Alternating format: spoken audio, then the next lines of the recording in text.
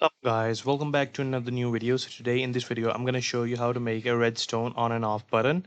So first of all, let's place a wool right down here, and then what you're going to do is put a button on it, and then you're just going to put some redstone dust across 3 blocks or 2 blocks, your choice.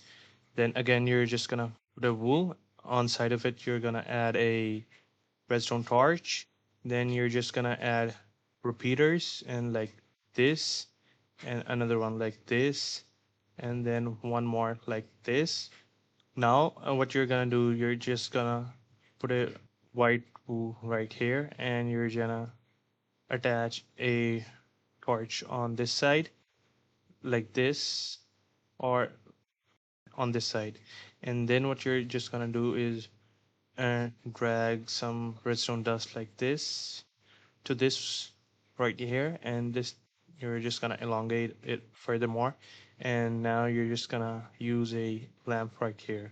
So this is a simple contraption. So what will happen when I press this button, that the lamp is gonna turn on. So let's check it out. As you can see, the lamp is turning on. Now if I press it again, it's gonna turn off. It has turned off.